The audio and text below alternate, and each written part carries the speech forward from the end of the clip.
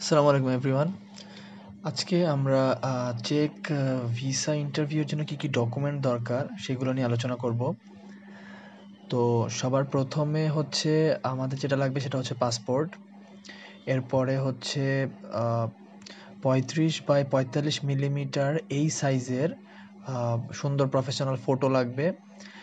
এবং সাইজটা আপনারা একটু খেয়াল করবেন। বাংলাদেশে আমরা যেটা পাসপোর্ট সাইজের ফটো তুলি সেটা থেকে এটার সাইজটা একটু ছোট। বাংলাদেশে আমরা সম্ভবত ৪৫ বাই ৫৫ মিলিমিটার হচ্ছে সাইজ স্ট্যান্ডার্ড, যেটা হচ্ছে পাসপোর্ট সাইজের ফটো।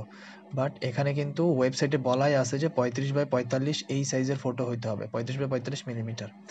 এবং শুধু এই ফটো হইলেই হবে না, এই ফটোতে 80% ফেস কাভারিং থাকতে হবে। মানে আপনার ফেসের 80% যেন ফটোতে হচ্ছে বোঝা যায়।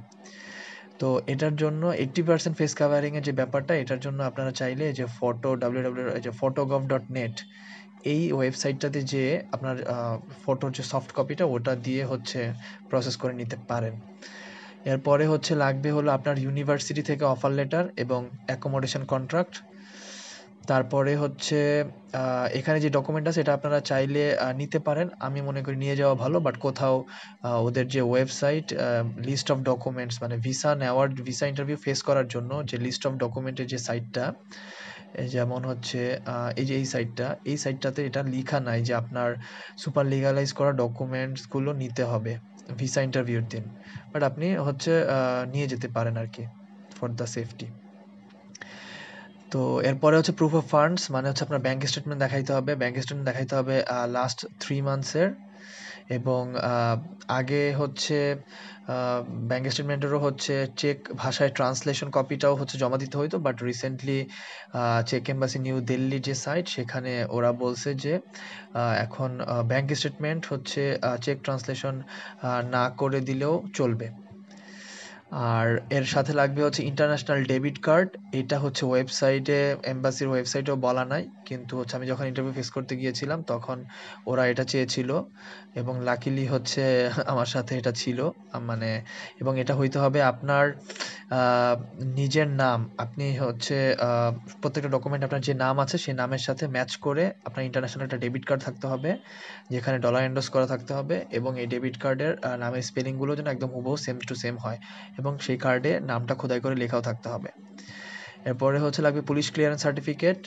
পুলিশ ক্লিয়ারেন্স সার্টিফিকেটের অরিজিনাল কপি, যেটা হচ্ছে বাংলাদেশ থেকে আপনাকে হচ্ছে ইংরেজিতে দিবে এবং এটা অফিসিয়াল সার্টিফাইড চেক ট্রান্সলেটর দ্বারা ট্রান্সলেট করে সেই ট্রান্সলেশন কপি এবং অরিজিনাল কপি ২ টাই হচ্ছে জমা দিতে হবে।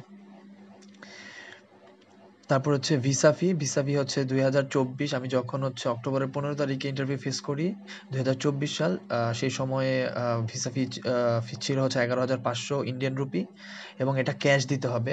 অবশ্যই ভিসা ফিটা ক্যাশ নিয়ে যাবেন, কারণ ওইখানে ওরা কোনো রকম কার্ড পেমেন্ট হচ্ছে অ্যাকসেপ্ট করে না। সো এটা অবশ্যই ক্যাশ নিয়ে যাবেন।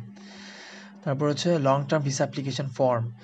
লং টার্ম ভিসা অ্যাপ্লিকেশন একটা ফর্ম আছে, সেই ফর্মটা হচ্ছে আহ, মানে প্রিন্ট দিলে বা পিডিএফটা ওপেন করলে আপনি হচ্ছে গ্রিন কালার একটা ফর্ম আছে, আর একটা হচ্ছে হোয়াইট কালার ফর্ম। তো আমাকে হচ্ছে ইউনিভার্সিটি থেকে যখন অফার লেটার দিয়েছিল তখন ওরা একটা লিঙ্ক দিয়ে বলেছিল যে এই ফর্মটা পূরণ করে নিয়ে যাবে ভিসা ইন্টারভিউর সময়। তো ওই ফর্মটাই হচ্ছে আমি পূরণ করে নিয়ে যাই। এটা আপনারা ওয়েবসাইটে খুঁজলেই পাবেন। একটা হচ্ছে গ্রিন কালার ফর্ম, প্রিন্ট করলে দেখা যায়। আরেকটা হচ্ছে হোয়াইট কালার ফর্ম। তো আমি গ্রিনটা নিয়ে গেছিলাম।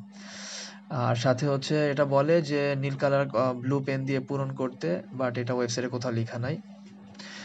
এর সাথে হচ্ছে ভিসা অ্যাপয়েন্টমেন্ট ইমেইলের ফটোকপি। আপনি যে ভিসা অ্যাপয়েন্টমেন্ট পেয়েছেন সেটার যে ইমেইল আছে সেই ইমেইলটার ফটোকপিও হচ্ছে নিয়ে যাবেন।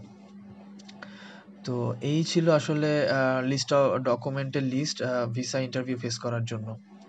এবং আরেকটা জিনিস, ইম্পর্টেন্ট জিনিস, সেটা হচ্ছে যে এই প্রত্যেকটা জিনিসের ফটোকপি হচ্ছে আপনাকে, এক সেট ফটোকপি আপনাকে ওখানে জমা দিতে হবে। এক সেট হচ্ছে অরিজিনাল কপি আর এক সেট হচ্ছে ফটোকপি। সো প্রত্যেকটা জিনিস এরকম করে আগে থেকেই হচ্ছে দয়া করে ফটোকপি বা প্রিন্ট করে নিয়ে যাবেন, যাতে করে ওখানে যেয়ে আর কোনো প্রকার প্রবলেম এ পড়তে না হয়। তো এই ছিল আজকের ভিডিও।